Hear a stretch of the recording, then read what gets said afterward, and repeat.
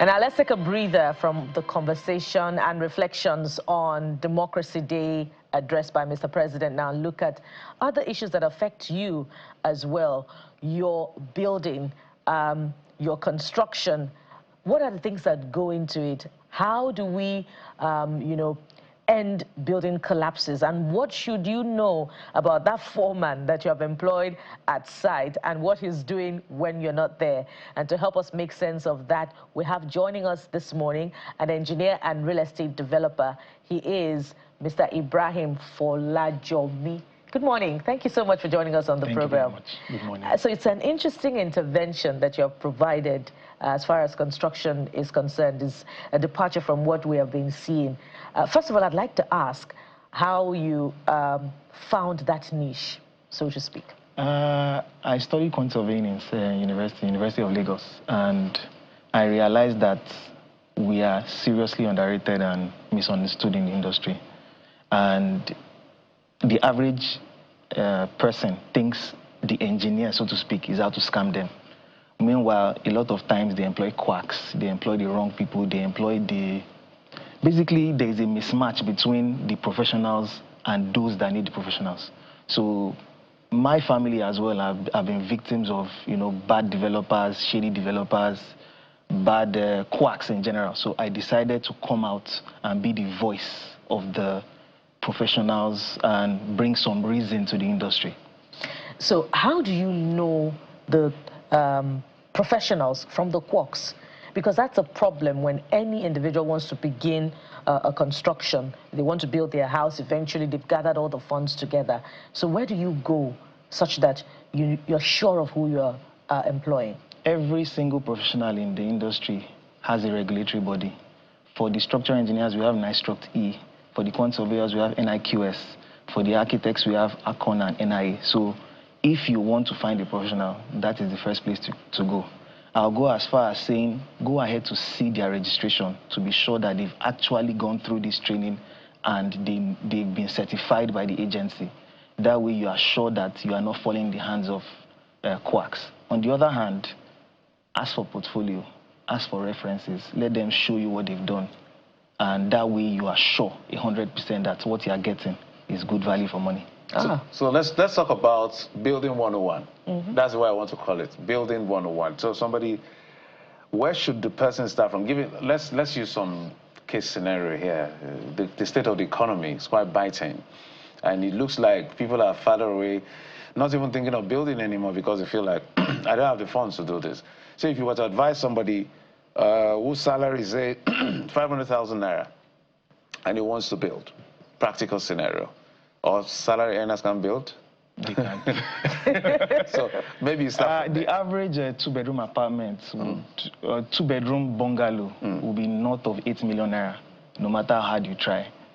That's to build? Yes, that is you are removing the cost of your surveys, the cost of professionals, taking out the cost of... Land? Land, totally. So we are talking about pure construction costs. And that's probably just materials, not even labor included. And in Lagos that we are, there's a lot that goes into it.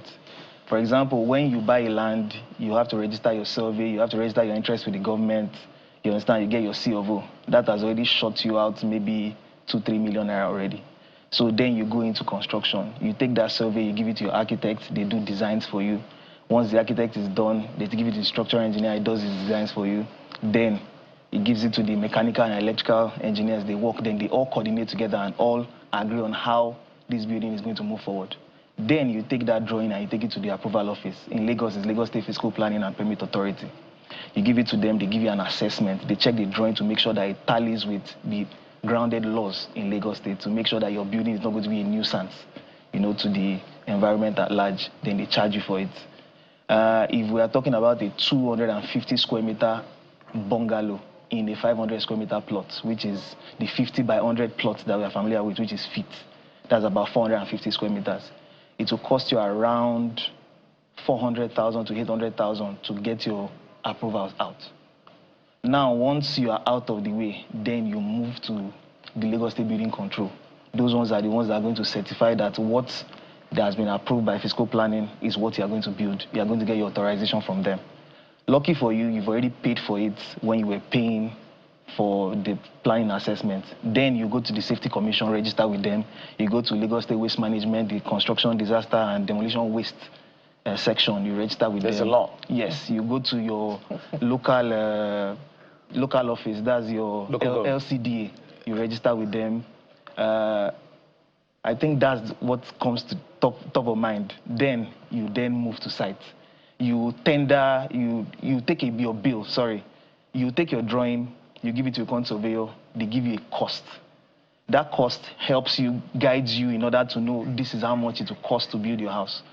Also in that bill, they put a contingency just in case the prices change. Then you tender, that's you bring 3 contractors of the same caliber and you ask, how much will it cost you to build this job, so to do this project? Then you start. So the 8 million naira is apart from the logistics that is involved in all of this running around and the funding for all these registrations that you have talked about.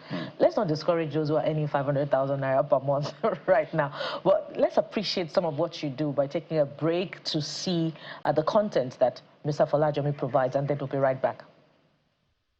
Real estates are overpriced and our developers are just too greedy. Yes, I said it. Now let's break it down properly. At the cheapest place in Lagos, think about the cheapest place you know.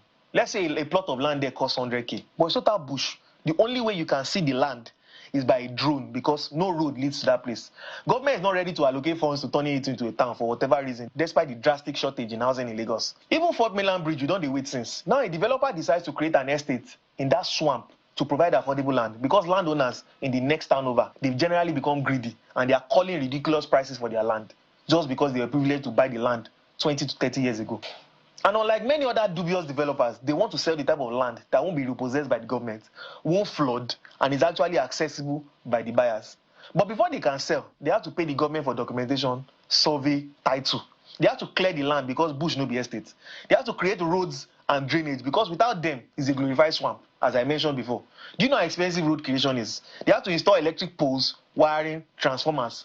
Basically a power substation because NEPA will not do it for them.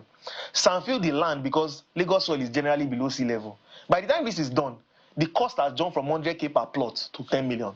Now the developer needs to make profit. They have 2.5 million because they didn't come to Cambridge in Lagos. Realtors will take their commission, let's say 1 million per plot, because Facebook ads are not cheap. Final price, 13.5 million for a secure, properly titled plot of land in the farthest reach of Lagos. Now watch what happens next. A seller in the next area sees this and thinks, if the land there is selling for 13.5 million, my land is closer to civilization. Why should I sell for less? Then he raises his own price to 18 million. The next area, more developed, now adjusts their own price to 50 million. The next, 100 million. Now fast forward, and now Banana Island is 6 billion naira per plot. So who actually caused these prices to increase? Look at the price chain again, and at what point the developer is involved in this price increase. If a developer sells for 13.5 million after spending billions on infrastructure, and a private landowner who has built nothing raises their price just because the land near them has gone up. That's Mr. Ibrahim Folajomi, and he's addressing the real issues that exclude those who are not as empowered, that want to access land and own a home in the country. Thank you so much for that intervention that you're providing. But let's get into some of the do's and don'ts and what potential homeowners should consider, and the questions they should really be asking the engineers at site when they're building, such that we can avoid the constant building collapse cases that we have. In general, employ the right people. As I mentioned, check who you're employing. Make sure that they are certified. Once they go through certification and they have a certificate, they definitely know what they are doing. Employ them and pay them. Now, make sure that at the same time, while you have a professional for engineering part, you have a professional for the architectural part. And also, where people get it wrong is that they don't have a professional for costing, which is the quantity surveyor.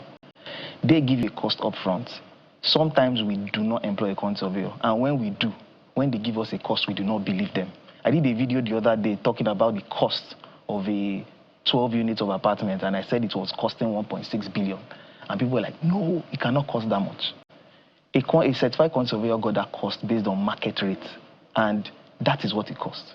But if you go ahead and you don't believe and you say 1 billion will finish it, that building will not finish. So, and that is where we usually have those issues in the Nigerian construction industry. And some people try to cut corners.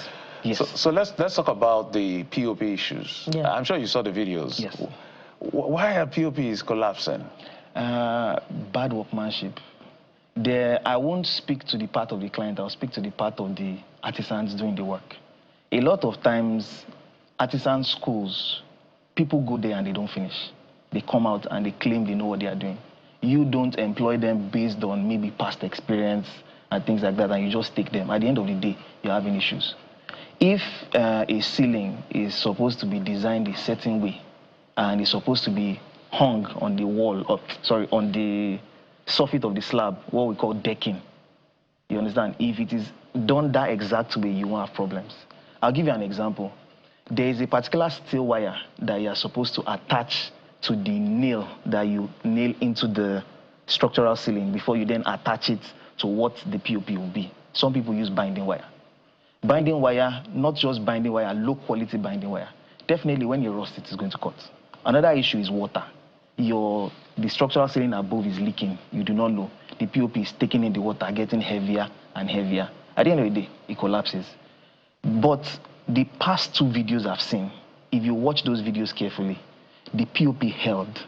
It was the attachment, what was holding it to the structural ceiling, that failed. So that tells you that POP is not bad. It's those installing the POP that do not know what they are doing, or installing them with low quality materials.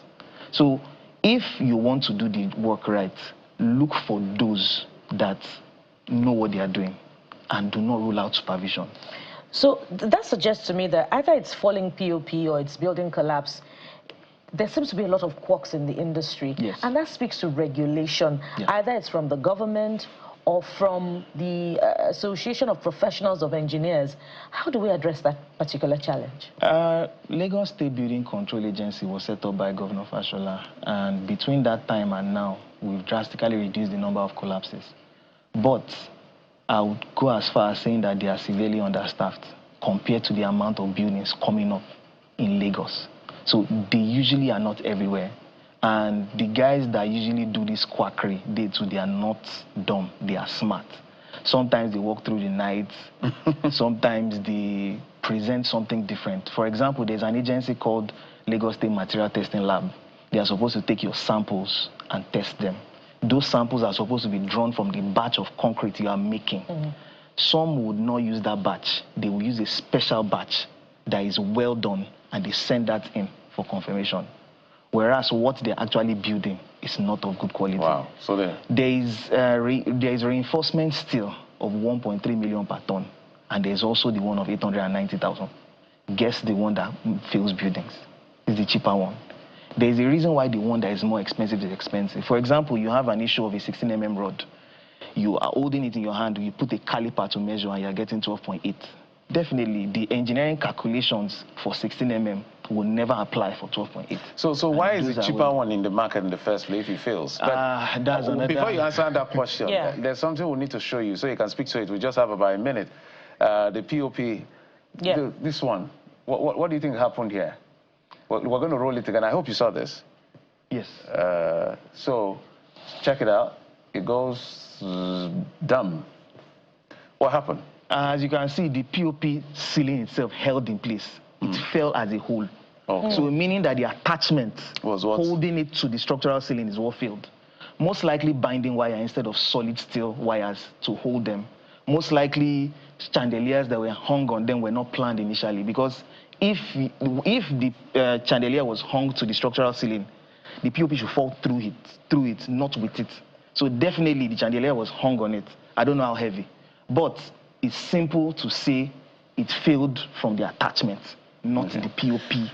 Yeah, I wish we had more time. Totally. But I was asking a question about if the cheaper ones is going to fail eventually, why do we allow it in our country? That's above my pay grade. Yeah, no, because this is as simple as it is. If something is not good enough, there's no, what's the idea? Because this is a life and death situation. So that is the end game. If you mistakenly are in the wrong place at the wrong time, you're gone. God forbid. That speaks to the demand and the supply. The supply is available, but why is the demand there? We ourselves should not buy them. If we do not, those people will run out of business and they would not make them anymore. So it is best Our regulators are in place. They are doing what they do. They're not doing enough, apparently. I don't disagree. However, it is up to us as well that these investments that we are putting money on top of, we fight to get the right things out of them. You can't always leave it to the regulators and say you just sit down. It's like security is every man's business. I totally agree, because I raised that question with the governor of Lagos State, and he agreed with me to the effect that, yes, they have to do more, because why do you wait for the buildings, for instance, demolition? Why do you wait till they even come up and then you go and demolish? Why don't you stop it from the outset? Because and there's so many other things that we can ask, you know, why we have so many buildings on the island that are, you know, demarcated by just 3 inches, and these buildings are not bungalows, they're tall buildings, but we must anchor at this point. Or by 4 swimming pool. Yeah. Fish pond. We must anchor at this one, and thank you so much, Mr. Ibrahim Folajomi, real estate developer and engineer. Thank you for your time. Thank you very much. And that sums it up on this edition of the program for today. Thank you so much for being there. We'll be back again next week. I am Bukola Koka. And I'm Jeffrey Uzoma. Have yourself a beautiful weekend. Sunrise Daily is up at the top of the hour. Bye-bye.